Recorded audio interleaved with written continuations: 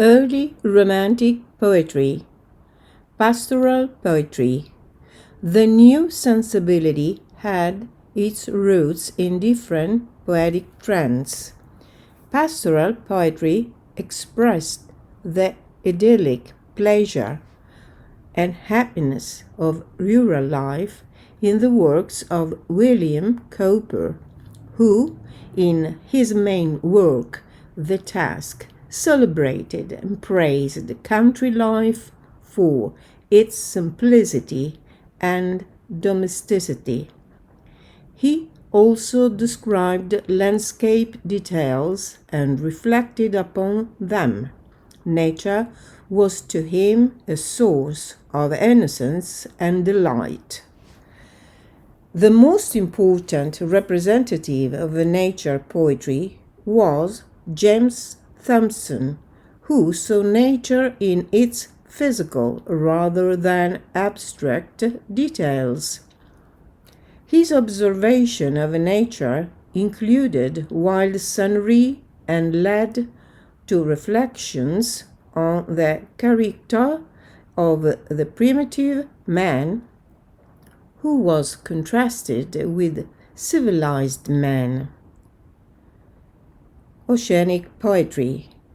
The cult of a simple and primitive life and a growing interest in folk traditions were responsible for the success of Oceanic poetry, a cycle of poems by a legendary Gaelic warrior called Ossian, who lived in the 3rd century in Scotland.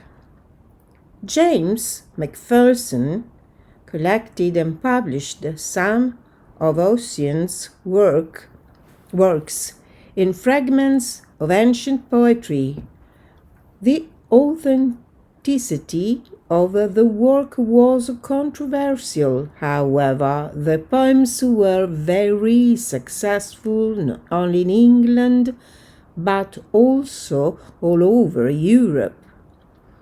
Their appeal lay in the melancholy and suffering produced by war or by contrasted love, and especially in the description of a wild, gloomy nature.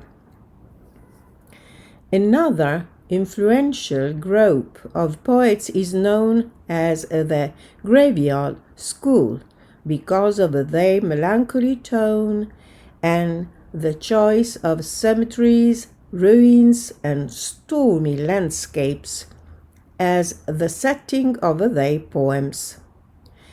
Though the most important work of this school was Thomas Gray's elegy written in a country churchyard.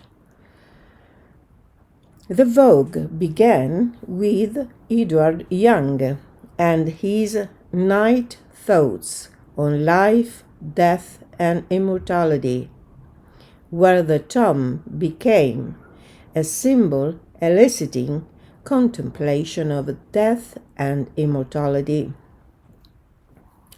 The poet William Blake can be regarded as a forerunner of Romantic poetry because of his interest in social problems and his unique use of symbols.